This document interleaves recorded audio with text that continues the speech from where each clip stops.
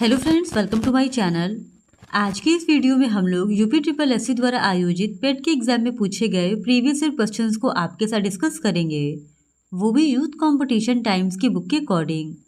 और इसके पहले की वीडियोस में भी हमने पेट के एग्जाम में पूछे गए प्रीवियस ईयर क्वेश्चंस को आपके साथ डिस्कस किया है। अगर अभी तक आपने उन वीडियोज़ को नहीं देखा है तो उन वीडियोज़ का लिंक आपको डिस्क्रिप्शन बॉक्स में मिल जाएगा, आप उसे जाके देख सकते हैं। तो बिना देरी किए चलिए आज का ये वीडियो स्टार्ट करते हैं।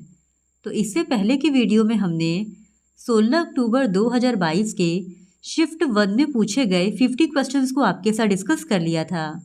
आज के इस वीडियो में हम लोग बाकी के बचे हुए 50 क्वेश्चंस का डिस्कशन आपके साथ करेंगे। तो क्वेश्चन नंबर 51 है, निम्नलिखित में से किस व्यक्ति ने प्रसिद्ध पुस्तक the story of my experiments with truth लिखी है? तो इस क्वेश्चन का सही जवाब है ऑप्शन सी, महात्मा गांधी ने। महात्मा गांधी ने the story of my experiments with truth लिखी है।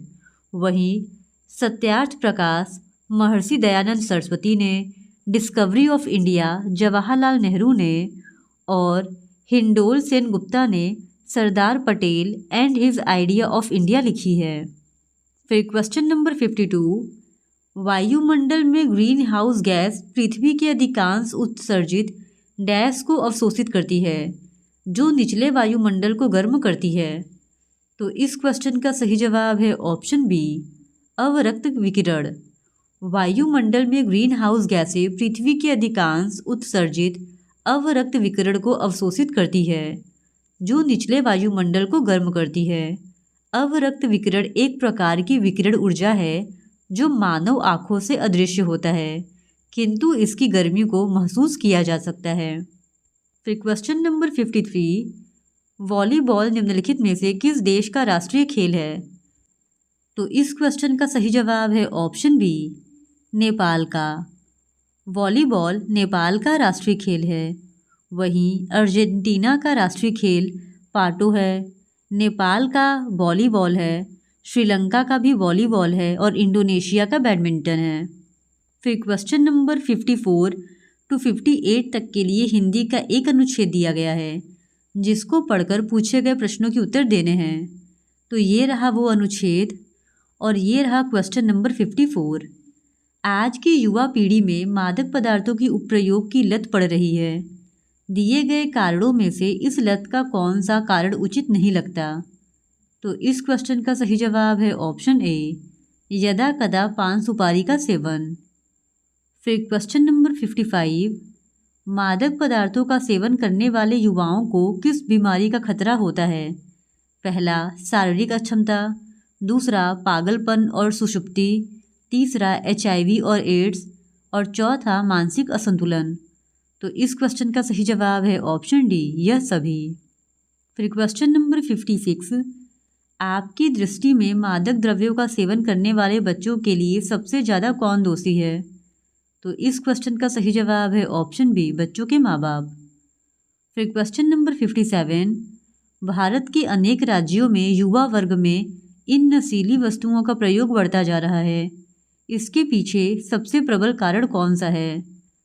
तो इस क्वेश्चन का सही जवाब है ऑप्शन सी, माँ बाप बच्चों पर ध्यान नहीं देते कि उनके बच्चे क्या कर रहे हैं, किन लोगों के साथ रहते हैं और किन लोगों के साथ उनका उठना बैठना है। फिर क्वेश्चन नंबर 58, मादक द्रव्यों की लत पड़ने के बाद युवकों में कौन सी प्रवृत्ति प्रमुखता से दिखाई देती है? पहला, अनुशासनहीनता और हिंसा में शामिल होना, दूसरा स्वास्थ्य के प्रति सजगता, तीसरा मानसिक संतुलन खो देना और चौथा चोरी करने की आदत। तो इस क्वेश्चन का सही जवाब हो जाएगा ऑप्शन सी, केवल पहला, तीसरा और चौथा। फिर क्वेश्चन नंबर 59 टू 63 तक के लिए हिंदी का एक और अनुच्छेद दिया गया है और इसको पढ़कर भी पूछे गए प्रश्नों के उत्तर देने हैं। तो ये रहा वो अनुच्छेद, आप चाहे तो इसका स्क्रीनशॉट ले सकते हैं। तो क्वेश्चन नंबर 59 है, रमेश ने 5,000 रुपये के शेयर खरीदे, इस आधार पर निम्नलिखित में से कौन सा विकल्प सही है? पहला, रमेश ने जोखिम रहित निवेश किया, दूसरा, रमेश की यह बचत जोखिम वाली है, तीसरा शेयर खरीदना बचत है, चौथा शेयर खरीदना निवेश है। तो इस क्वेश्चन का सही जवाब है ऑप्शन ए चौथा। रमेश ने 5,000 रुपये के शेयर खरीदे, इस आधार पर कथन शेयर खरीदना निवेश है सही है। फिर क्वेश्चन नंबर 60, अनुच्छेद के आधार पर बताइए कि दीर्घकालीन लक्ष्यों को पाने के लिए निवेश के विषय में निम्नलिखित में से कौन सा तथ्य अशुद्ध है। तो इस क्वेश्चन का सही जवाब हो जाएगा ऑप्शन ए, यानी पहला, तीसरा और चौथा, ये तीनों ही कथन अशुद्ध हैं। फिर क्वेश्चन नंबर 61, निम्नलिखित में से बताइए कि कौन सा विकल्प निवेश का उदाहरण नहीं है। तो इस क्वेश्चन का सही जवाब हो जाएगा ऑप्शन डी, सेविंग बैंक खाते में रखा धन। फिर क्वेश्चन नंबर 62, अनुच्छेद के आधार पर बताइए कि निम्नलिखित में निवेश की कौन सी सही विशेषताएं हैं। तो इस क्वेश्चन का सही जवाब है ऑप्शन ए, पहला और चौथा, ये दोनों निवेश की सही विशेषताएं हैं। फिर क्वेश्चन नंबर 63, निम्नलिखित में से बताइए कि कौन सा विकल्प निवेश का उदाहरण है। तो इस क्वेश्चन का सही जवाब है ऑप्शन डी, सोने के गहने खरीदना। फिर क्वेश्चन नंबर 64 to 68 तक के लिए एक लाइन ग्राफ दिया गया है और इंस्ट्रक्शन है कि निम्नलिखित लाइन ग्राफ का अध्ययन करें जो 2011 से 2016 तक 6 वर्षों के दौरान प्रत्येक वर्ष की शुरुआत में स्कूल में शामिल होने वाले और स्कूल छोड़ने वाले छात्रों की संख्या देता है। ये रहा वो लाइन ग्राफ जो स्कूल में आने वाले और स्कूल छोड़ने वाले बच्चों की संख्या देता है हर साल की शुरुआत में। अब क्वेश्चन नंबर 64 है कि इस वर्ष में पिछले वर्ष की तुलना में स्कूल छोड़ने वाले छात्रों की संख्या में प्रतिशत वृद्धि या गिरावट अधिकतम है। तो इस क्वेश्चन का सही जवाब है ऑप्शन सी, 2012 में। फिर क्वेश्चन नंबर 65, 2012 से 2013 तक स्कूल की संख्या में लगभग कितने प्रतिशत की वृद्धि या कमी हुई है। तो इस क्वेश्चन का सही जवाब है ऑप्शन सी, 1.7%। फिर क्वेश्चन नंबर 66, 2014 के दौरान स्कूल में पढ़ने वाले छात्रों की संख्या थी। तो इस क्वेश्चन का सही जवाब है ऑप्शन डी, 3150। फिर क्वेश्चन नंबर 67, दी गई अवधि के दौरान किसी भी वर्ष में स्कूल में शामिल होने वाले छात्रों की न्यूनतम संख्या का स्कूल छोड़ने वाले छात्रों की अधिकतम संख्या से अनुपात कितना है। तो इस क्वेश्चन का सही जवाब है ऑप्शन ए, 7:10 का। फिर क्वेश्चन नंबर 68, 2013 में स्कूल में पढ़ने वाले छात्रों की संख्या 2016 में स्कूल में पढ़ने वाले छात्रों की संख्या का कितने प्रतिशत थी। तो इस क्वेश्चन का सही जवाब है ऑप्शन डी, 93.75%। फिर क्वेश्चन नंबर 69 to 73 के लिए एक बार ग्राफ दिया गया है और इस पे बेस्ड कुछ क्वेश्चंस पूछे गए हैं जिनको कि सॉल्व करने हैं। तो क्वेश्चन नंबर 69 है, 2005 और 2006 का औसत उत्पादन निम्नलिखित में से किस वर्ष के युग्म के औसत उत्पादन के ठीक बराबर था। तो इस क्वेश्चन का सही जवाब है ऑप्शन डी, 2002 और 2007 के। फिर क्वेश्चन नंबर 70, 2003 से 2004 तक मोबाइल के उत्पादन में लगभग प्रतिशत गिरावट कितनी थी। तो इस क्वेश्चन का सही जवाब है ऑप्शन सी, 23%। फिर क्वेश्चन नंबर 71, पिछले वर्ष की तुलना में किस वर्ष उत्पादन में प्रतिशत वृद्धि सबसे अधिक थी। तो इस क्वेश्चन का सही जवाब है ऑप्शन ए, 2002 में। फिर क्वेश्चन नंबर 72, दिए गए कितने वर्षों में मोबाइल का उत्पादन दिए गए वर्षों के औसत उत्पादन में अधिक था। तो इस क्वेश्चन का सही जवाब है ऑप्शन डी, 4। फिर क्वेश्चन नंबर 73, 2001 की तुलना में 2008 में मोबाइल के उत्पादन में अनुमानित प्रतिशत वृद्धि कितनी थी। तो इस क्वेश्चन का सही जवाब है ऑप्शन सी, 183.33%। फिर क्वेश्चन नंबर 74 to 78 तक एक टेबल दिया गया है और इन टेबल के लिए कुछ इंस्ट्रक्शन दिए गए हैं। हमें विभिन्न 5 कंपनियों और इन कंपनियों में काम करने वाले कर्मचारियों की संख्या दी गई है। तालिका में हमें लेखा एवं अनुसंधान में कार्यरत पुरुष एवं महिला कर्मचारियों का प्रतिशत भी दिया गया है। अब क्वेश्चन नंबर 74 है, यदि लेखा विभाग में कंपनी ई के 60% कर्मचारियों के पास MBA की डिग्री है और अनुसंधान विभाग में उसी कंपनी के 40% कर्मचारियों के पास MBA की डिग्री है, तो कंपनी ई में कितने कर्मचारियों के पास MBA की डिग्री है? तो इस क्वेश्चन का सही जवाब है ऑप्शन बी 77। फिर क्वेश्चन नंबर 75, कंपनी ए के लेखा कर्मचारियों की कुल संख्या कंपनी ई के अनुसंधान कर्मचारियों की कुल संख्या से लगभग कितने प्रतिशत अधिक है? तो इस क्वेश्चन का सही जवाब है ऑप्शन बी 234.29%। फिर क्वेश्चन नंबर 76, कंपनी ए और कंपनी सी दोनों के लेखा विभाग में कार्यरत कुल पुरुष कर्मचारियों का कंपनी बी और डी दोनों के अनुसंधान विभाग में कार्यरत कुल महिला कर्मचारियों से अनुपात कितना है? तो इस क्वेश्चन का सही जवाब है ऑप्शन ए 208:115। फिर क्वेश्चन नंबर 77, सभी कंपनियों में लेखा विभाग की महिला कर्मचारियों की कुल मिलाकर संख्या और सभी कंपनियों में अनुसंधान विभाग के पुरुष कर्मचारियों की कुल मिलाकर संख्या के बीच का अंतर कितना है? तो इस क्वेश्चन का सही जवाब है ऑप्शन सी 138। फिर क्वेश्चन नंबर 78, लेखा विभाग में कंपनी बी की महिला कर्मचारियों की संख्या का अनुसंधान विभाग में कंपनी सी के पुरुष कर्मचारियों की संख्या से अनुपात कितना है? तो इस क्वेश्चन का सही जवाब है ऑप्शन सी 35:11।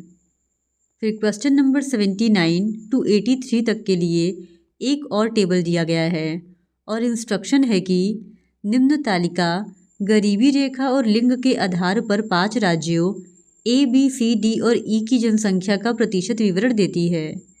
अब क्वेश्चन नंबर 79 है, राज्य D में गरीबी रेखा से ऊपर आने वाली महिलाओं की संख्या क्या होगी यदि यह ज्ञात हो कि राज्य D की जनसंख्या 7 मिलियन है?